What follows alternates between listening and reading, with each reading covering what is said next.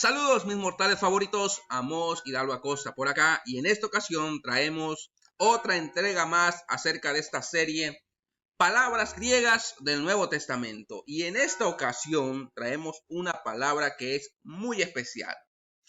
Voy a leer un pasaje que encontramos en la primera carta a Timoteo capítulo 2 versículo 5, el cual dice así: porque hay un solo Dios y un solo mediador entre Dios y los hombres, es decir, Jesucristo hombre. ¿Qué es lo que se entiende por este adjetivo? ¿Qué es lo que los escritores del Nuevo Testamento tratan de decirnos cuando utilizan esta palabra mediador, que en griego es mesites, que significa que Jesús es mediador? Vamos a ir viendo el contexto del uso en el griego clásico. Lo primero es que mediador es la traducción que encontramos, por ejemplo, en la Reina Valera, la traducción de mesites del griego al español. Es uno de los títulos más grandes de Jesús. Proviene de la palabra griega mesos, que en este caso significa en medio. Por tanto, mesites quiere decir un hombre que media para unir dos partes. Importante, un hombre que para unir dos partes. ¿Hay un propósito por el cual Jesús es presentado como mediador? Sí lo hay, sí lo hay. Teológicamente sí lo hay. En el Nuevo Testamento se usa, por ejemplo, Gálatas respecto de Moisés y Hebreos, Timoteo, el pasaje que ya leí, respecto de Jesús como mediador. Es decir, en el Nuevo Testamento se habla de Moisés como mediador y de Jesús como mediador. ¿Mediador de qué? Recuerden, Moisés fue mediador entre Dios y el pueblo de un pacto, el pacto sinaítico. Y Jesús es mediador del nuevo pacto. Muy bien, en el Antiguo Testamento encontramos el ejemplo de Job. Cuando vamos a la narrativa de Job y encontramos toda esta trama, esta tensión que hay entre Job y Dios. Job clama con toda su alma por una persona así. Cuando sumido en la desgracia dijo de él y de Dios: no hay entre nosotros árbitro. Es decir, no hay un mesites, no hay un mediador.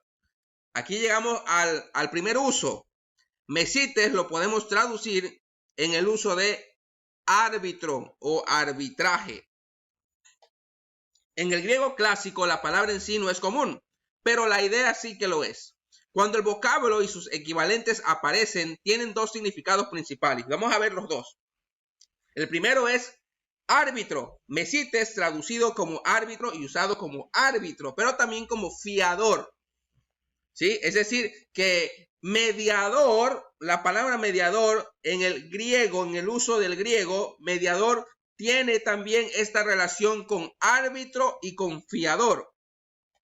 Veamos lo primero, árbitro. Tanto la ley griega como la romana creían profundamente en el arbitramiento o en el arbitraje.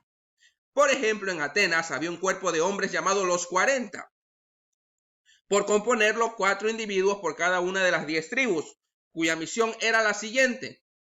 Cuando, por ejemplo, 2 hombres o partidos disputaban, eran llevados los 40 y estos designaban un árbitro, designaban un mediador que los conciliara, es decir, una parte neutral que debía hacer la paz entre ambos partidos o entre estos 2 hombres.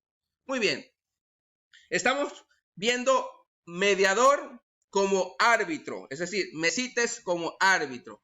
En Roma había un conjunto de hombres llamado arbitri. Cuando algún caso concernía por entero a la ley, era visto por un juez, un judex. Pero cuando se trataba de una cuestión de equidad, por ejemplo, de daños y perjuicios o algo similar, era zanjado por un árbitro, cuyo deber consistía en poner punto final a la disputa. Y esto es muy importante. Por tanto, un árbitro, es decir, un mediador, es decir, un mesites, es fundamentalmente una persona cuyo cometido estriba en conciliar 2 partes que se han privado mutuamente del trato y comunicación que tenían entre sí. y en borrar las diferencias que ocasionaron el distanciamiento de ambas partes. Esto nos va dando ya una luz de lo que significa comprender y asimilar a Jesús como mediador. Muy bien, ya vimos mesites como árbitro, ahora vamos a ver mesites como fiador. Fiador o garante o padrino se llamaba así al hombre que respondía por la comparecencia de otro ante los jueces, pero las palabras se usan especialmente respecto de garantizar el pago de una deuda o de una fianza. Si un hombre deseaba solicitar un préstamo al banco, necesitaba de alguien que saliera fiador por él. Nosotros lo conocemos como aval. Necesitaba de un mesites. El mesites era el hombre que estaba dispuesto a pagar la deuda de su amigo. Ahora, estamos viendo mesites como mediador, pero como fiador. El mesites es siempre la persona que media para conciliar dos partes opuestas. Vamos a ver dos ejemplos aquí. Los judíos atribuían esta función a Moisés. Veían a Moisés como mediador. El mediador entre Dios y el pueblo era Moisés, ¿sí? En la asunción de Moisés se dice que el gran caudillo, refiriéndose a Moisés, refiriéndose a Dios, habló así: Él me designó y me ideó y me preparó antes de la fundación del mundo para que yo fuera el mediador de su pacto. Moisés era el eslabón que unía a Israel con Dios. Es decir, que para el pueblo judío, y esto vendría a ser un testimonio de este concepto popular común, para el pueblo judío, Moisés era un mediador. Moisés tanto como figura, pero también como Torá, en este hebraísmo. Posteriormente, los judíos creían que las oraciones de los hombres eran llevadas a Dios por medio de mediadores o ángeles. El testamento de Dan dice: acércate a Dios y al ángel que intercede por ti, pues él es el mediador entre Dios y el hombre. Es decir, el ángel es el que es el intermediario entre el mensaje que Dios trae a los hombres y el mensaje que los hombres llevan a Dios. Por eso, esta es una forma de entender que era un mediador en el concepto judío. Y ahora sí, vamos a ir aterrizando al Nuevo Testamento, particularmente en la figura de Jesús. Cuando llamamos mesites, es decir, mediador, a Jesús, lo que los escritores del Nuevo Testamento están tratándonos de decir es que Jesús es el intermediario de Dios, el enlace entre Dios y el hombre. Es el mensajero del rey, el que media entre Dios y el hombre, no para separarlos, sino para unirlos, que es lo que hacía, por ejemplo, un arbitraje. La gran función del mediador es conciliar dos partes discordes entre sí. Una y otra vez los papiros en griego hablan del nombramiento de un mesites para que ponga de acuerdo a dos individuos o partidos que se extrañan los unos de los otros. La obra de Jesús, y esto lo voy a repetir porque el Nuevo Testamento atestigua esto, la obra de Jesús era derribar el muro que media entre Dios y el hombre. Jesús es el mediador entre Dios y el hombre. ¿Por qué? Bueno,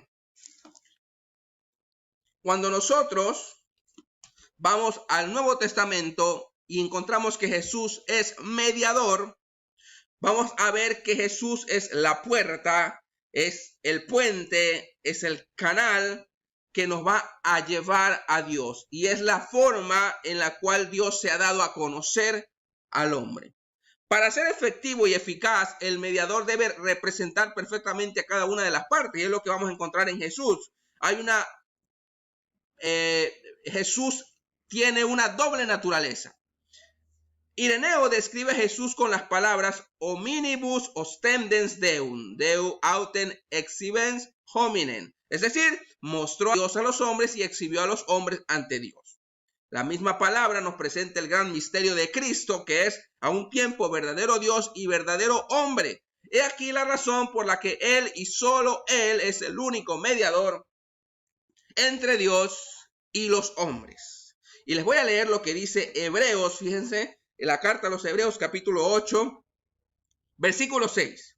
Pero ahora, tanto mejor ministerio es el suyo, refiriéndose a Jesús, por cuanto es mediador de un mejor pacto establecido sobre mejores promesas.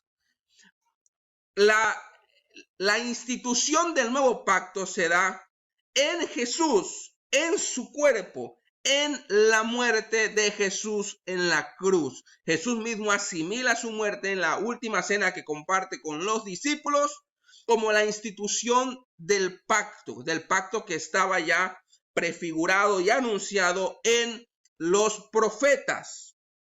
Por lo tanto, Jesús al morir, Jesús en su vida, en su muerte y en su resurrección es el pacto mismo. Jesús es no solamente el mensajero de Dios, sino el mensaje de Dios. No solamente es aquel que anuncia el nuevo pacto, sino que es el que instituye el nuevo pacto. Es el garante del nuevo pacto. Jesús es el nuevo pacto. Él en su carne, en su cuerpo.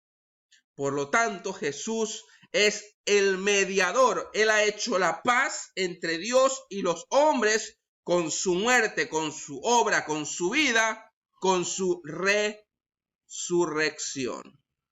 Bueno, la bibliografía consultada sigue siendo este libro, Palabras Griegas del Nuevo Testamento, su uso y su significado, de William Barclay. Eso es todo y muchas gracias.